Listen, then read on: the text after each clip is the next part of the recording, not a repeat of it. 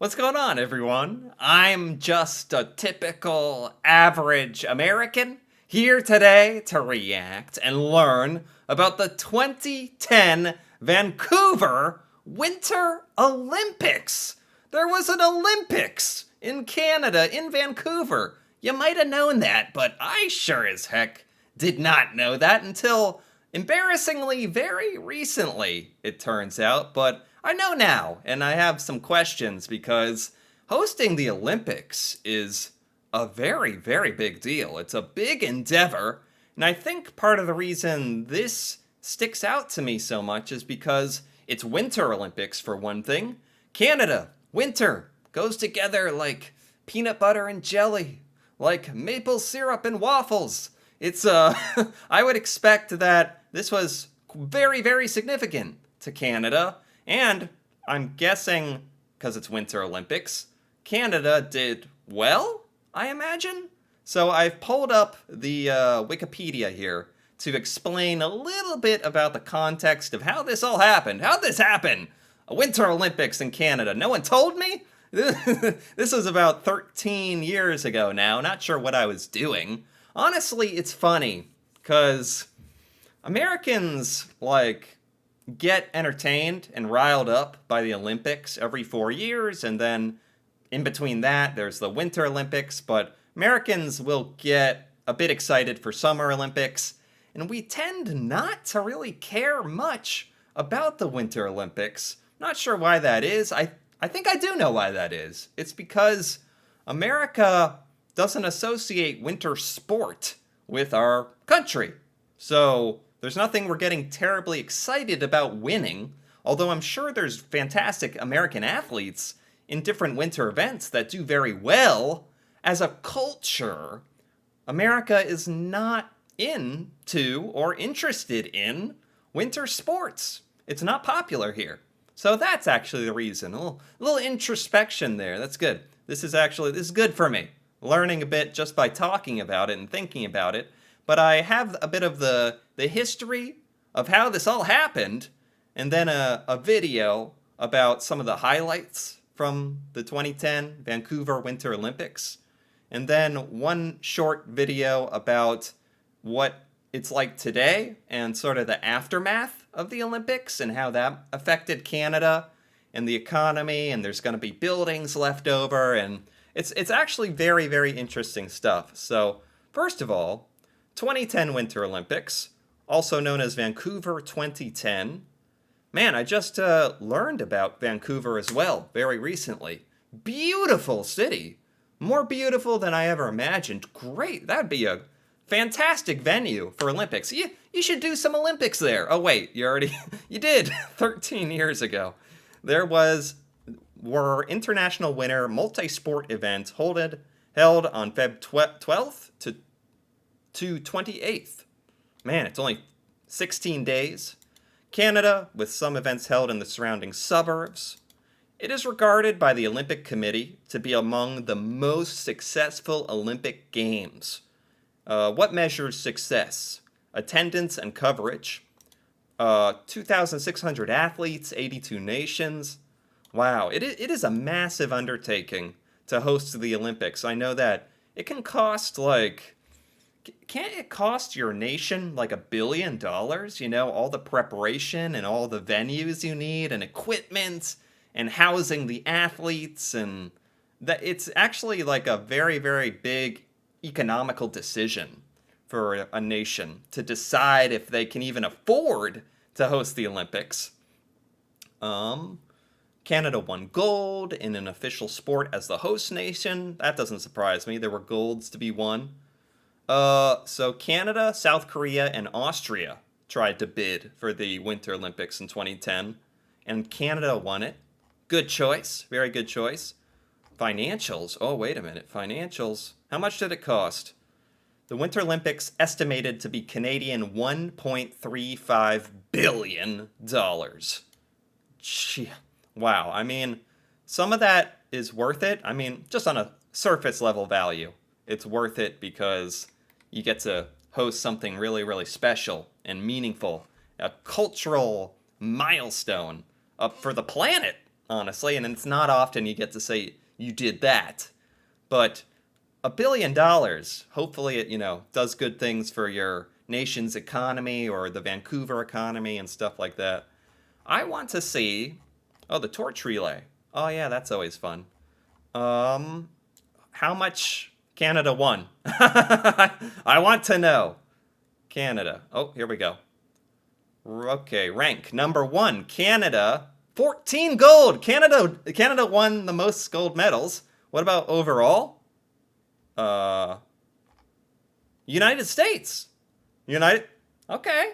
So, honestly, I think by most measurements, people tend to say like whatever nation got the most gold medals, that's probably the best feat, the most impressive feat.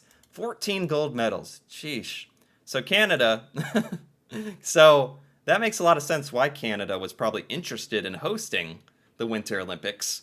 Because you knew you'd do so good, for one thing. That makes it an easier decision. 14 gold. I'm happy about how the U.S. did. See, isn't that kind of sad how, like, our winter athletes need to be celebrated a bit more? Because I didn't even know about the accomplishments of the American winter athletes, but I guess unfortunately that's just how it goes. I also looked up earlier, what events did Canada win in the 2010 Winter Olympics? Yes, what events did Canada win? I had typed that here into ChatGTP in anticipation of wanting that answer. What events? Canada had an exceptional performance in the 2010 Winter Olympics, which took place in Vancouver. The Canadian team achieved great success across multiple events. Okay, men's ice hockey. Shocker. Shocker. Canada won the gold medal in men's ice hockey by defeating the United States? 3-2 in overtime. Sidney Crosby scored the winning goal, securing Canada's victory. That must have been a nail biter. That sounds like, was that like an epic hockey match? Like for the ages? Man, that's so strange. Like, I'm sure so many Canadians have it burned into their memory. Like, oh yeah, 2010, yeah, Winter Olympics, the awesome gold medal match where we beat the Americans. And it's like, most Americans, like me, unless they follow hockey, don't even know America went to the gold medal match in the 2010 Winter Olympics. That's kind of sad. I actually think that's a bit sad. Need more recognition here. Women's ice hockey also won the gold medal, defeating the United States 2-0. Stop it. Stop. Canada, stop defeating the United States in the gold medal matches in ice hockey. Please. Please, settle down. Oh my gosh. Ice dance? Oh, ice dance. Like ice skating? Tessa Virtue, Scott Moir, Canadian ice dancers won the gold. Very cool. Men's curling. Curling gets, funny enough, curling like gets some coverage in the United States when the Winter Olympics roll around. Like for some reason, curling. I don't know. I think we find it very amusing because it's a sport we never ever see, and we're like, look at what they're doing. They're playing darts with rocks on ice. Isn't that something? The Canadian men's curling team, skipped by Kevin Martin, won the gold medal. Wow. Defeating Norway, who's very good at winter sport. Women's bobsled. Nice. Men's moguls. What's a men's moguls? What is that? Can I get an image? It's a skiing event. Is this where they are trying to go around flags down a course? Okay. Alexandre Bilodeau won Canada's first ever Olympic gold. Man, these are just a few examples of events in which Canada won gold medals. Wow, the Canadian team had a remarkable overall performance, finishing with 14 gold medals, the highest number won by a country in a single Winter Olympics. So in 2010 was very significant. Like Canada hosted it, dominated, set the record, unless that's been broken and I don't know about it, with 14 gold medals in a single Winter Olympics by Canada. So this is like, man, the 2010 Vancouver Winter Olympics are like very significant to Canada for several reasons. That's very cool to learn about. Well done, by the way. Sheesh, wow. I'm sure that made so much Canadian news, but for whatever reason, it doesn't get much media attention in the United States, unfortunately. So, I get to learn about this for the first time. So here we have a video remembering the amazing Vancouver 2010 Winter Olympics, which I think is just a short little highlight reel of some of the stuff at the 2010 Winter Olympics, starting with, I think this is the opening ceremony. So this will be really cool. Kind of a condensed version for me to see. Oh, they're snowboarding through the Olympic rings. Oh, Canada. Snowboarding through the Olympic rings as they explode. That is good. Oh yeah. And then the Canadian flag getting marched out by Mounties. Oh, this is good, man. Yep. Yep, everyone walking in with their flags. Oh. Whoa. Man, and there's torches. I'm not sure who that is. Could that be Wayne Gretzky? I don't want to get this wrong. That's just my knee-jerk reaction. Opening ceremonies are so cool. Like, I feel like even for non-sports enthusiasts, the Olympic Games opening ceremonies are just awesome. Oh, look at that fire as well. This is good. Wow. Oh, here we go. All the events. Hockey, speed skating, skiing, or ski jumping. Oh my gosh. See, when the time comes, Americans don't care about any of this stuff. Like, just because it's not sports that are popular in America. But when Winter Olympics rolls around, like, and Americans get to see it, when it is put on TV, and we look up at it, we're at some random office building and we see the Olympics are on TV, we're like, wow, that's awesome. Like, and then we just forget about it. But there's no doubt that Americans find it very, very cool, these winter sports. It's really just a product of us, none of us participating in the sport. And I think most people like to watch the sports they participate in. So, or at least that their country participates in, or that their country is good at. Yeah, this is awesome. Oh, curling. Oh my gosh. Yeah, winter sports are so fascinating to me. All these sports built around snow and ice. The ability to do stuff on snow and ice. If you think about it, all these amazing highlights in sports built around just get a little metaphysical with me. All this built around just the fact that water can become snow and ice, and it's slippery, so you can do stuff on it. That at the end of the day, that's what it is. You ever think of it like that? Oh, there we go. What's going on here? Curling. Oh, this is getting intense. Wow. Yeah. Yeah, I always love when this comes on TV every 4 years. And then even I'm guilty of forgetting about it. The snowboarding. I'd say of all these events, at least some Americans can relate to snowboarding and skiing.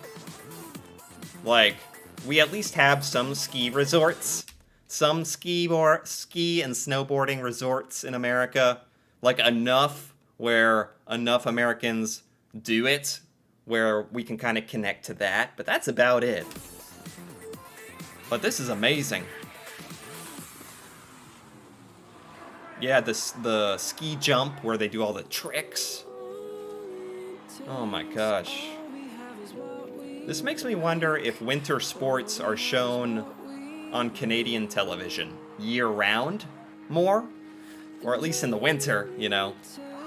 Are winter sports in general shown or broadcasted on Canadian TV? Because they're really not at all in America. Like, really.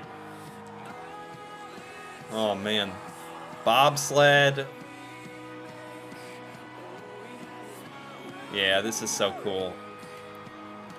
Oh, and I guess, too, I just realized, to do a lot of these events, you need mountains.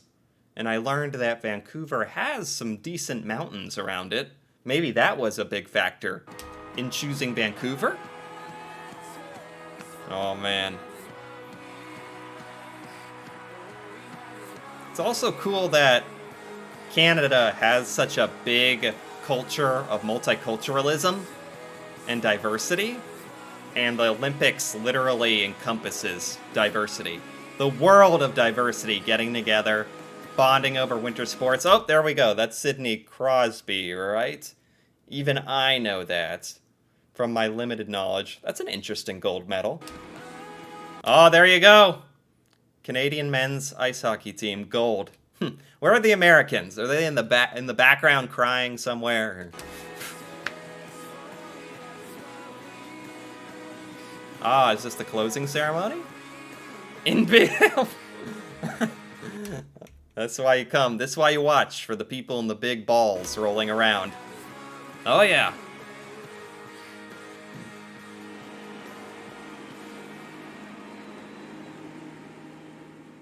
Wow. Very cool. Very, very cool. Okay. That was a nice little hype video. Get me a bit juiced up. And finally, we have how the 2010 Winter Olympics changed Vancouver. And like I was saying, Olympics have a big economic impact because they are very expensive, and it also drives a lot of tourism. And I'm wondering, what did the 2010 Winter Olympics, what lasting effect did it leave on Canada, or at least Vancouver here? It's the 10th anniversary of the 2010 Winter Olympics, and you're going to be hearing a lot about legacy this and legacy that. But Sure. What is the best way of exploring a legacy? Is it by talking to people or reading reports? I say it's visiting every single Olympic legacy. Ah, there you go. So he's going to visit the different, well, they have the Olympic building, right? The arena that they built, I imagine. That's another big expense that happens. Every time there's an Olympics, I think the host nation builds an entire arena dedicated to it. So I think that's what this is, Richmond Olympic Oval. A couple of ground rules. We're only going to include things in the cities that hosted Olympic events. And we're only going to include physical things that are still there that were built pretty much directly because of the games. Exactly, stuff that was built because of the Olympic Games. Oh, did they have to build, like, mountains? Like, piles of snow to do stuff? And this is actually pretty cool. Of course, Vancouver is unique because there were so few new buildings constructed for the Olympics, but there were some, like the Hillcrest Center for Curling, the Doug Mitchell Winter Thunderbird Sports Center. They had to build an entire center for the curling. That's cool. And now Vancouver has a curling center, so kind of a win-win. For hockey, of course. Oh, they had to build a hockey center? Center for Curling, the Doug Mitchell Winter Thunderbird Sports Center for hockey. Yep. Of course, the Olympic Village was an entire... I'm sure hockey fans in Vancouver were not complaining about that. Entire residential neighborhood created from the games. An entire neighborhood created? Yeah, to like host the athletes, and then when they leave, you have a neighborhood left over. Of course, the Olympic Village was an entire residential neighborhood created from the games. That's cool. We also got the refurbished ice rink at Robson Square. And we've got the new convention center, different from the old convention center. But the place where the Olympics probably had the biggest legacy was in Whistler, where all of the outdoor events were held. Outdoor events. Whistler? How far is Whistler from Vancouver? I actually don't know that. Part of that was the venues. It must not be very far, huh? The Olympic Park for ski jumping, biathlon, and cross-country skiing, and the sliding center for bobsleigh, luge, and skeleton. Oh, that is so cool. Because it's also like now maybe up-and-coming athletes who would not have had access to a ski jump or a bobsledding track have that, right? The biggest impact to Whistler, though, may have been the Athlete Center and Olympic Village built south of the municipality in Cheakamus Creek. The reason? After the Olympics, the entire area was given to the municipality. Whistler's always been very focused on non-market housing. That piece of land allowed us to make a huge jump forward as far as the provision of that employee housing. Dang, these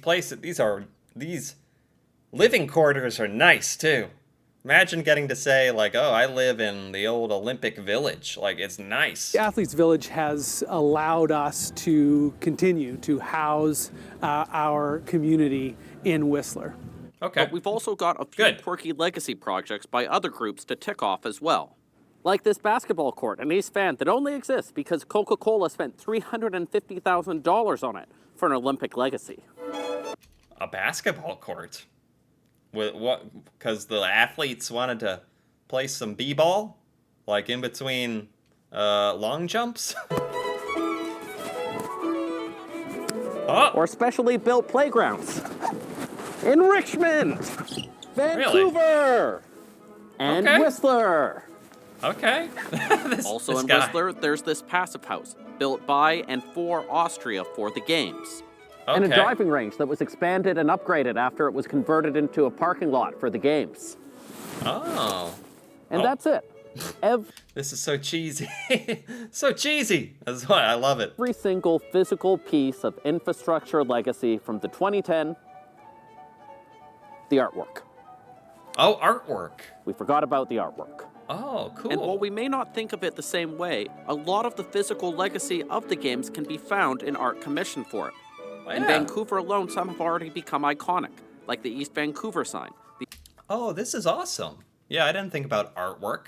Statues, murals, stuff like that were built for the games to, like, probably honor different parts of Canadian culture, and now they just still exist to this day. That's actually awesome. The Olympic Village Burbs, and the Olympic Torch itself. Yeah, but there's also smaller exhibits that still dot the city, like the Words Don't Fit the Picture display, aerodynamic forms in space, or the Nike statue, given to us by Greece in 2009, but only installed here in 2017 for some reason. We've also got smaller artwork in Olympic Village, more in Olympic Village, Trout Lake. This is so cool. It's almost like kind of a community, like it's just like a cool thing for the community to enjoy. And I guess people who are visiting as well. But if you're gonna host the Olympics, it's cool that there's like lasting legacy of the stuff around the city to kind of be reminded of that. Killarney Centre, Hillcrest Park, displays inside Killarney Community Centre. Cool. Even these 3 strange lights at Kingsway and Night, an Olympic legacy project. Okay. But the smallest Olympic legacy might be under the Cambie Street Bridge. It was there in 2010 that a giant sculpture was built that would change colors throughout the night. That sculpture is long gone, but the podium built for it, still here. The podium? The big cool glowing vase is gone, but at least this dirty podium is still here. What the heck? And those are all the legacies of the 2010 Olympics, from the very big to the very small. Okay. For CBC News, I'm Justin McElroy. Pretty darn cool. That's exactly what I was hoping to learn about. Nice, nice. Very nice. There you have it. Wow, that was good. That was good. Because starting out with this, there's the logo. Starting out with this, like, not knowing anything about the Vancouver 2010 Winter Olympics and kind of the history of why that specific venue was chosen, how much it costed, the lasting effects, and also getting to enjoy some of the highlights of the Olympics themselves, and also learning about how darn good Canada did in the Olympics they hosted. That's pretty funny and fitting, quite honestly, very fitting. For all that, I enjoyed this quite a bit. Anyway, if you enjoyed this as well, feel free to give this video a like or leave a comment. And if you're interested in more videos like this, me reacting to Canada and Canadian culture and stuff about Canada I've never learned before, feel free to subscribe for more. And until then, thanks for watching, and see you next time.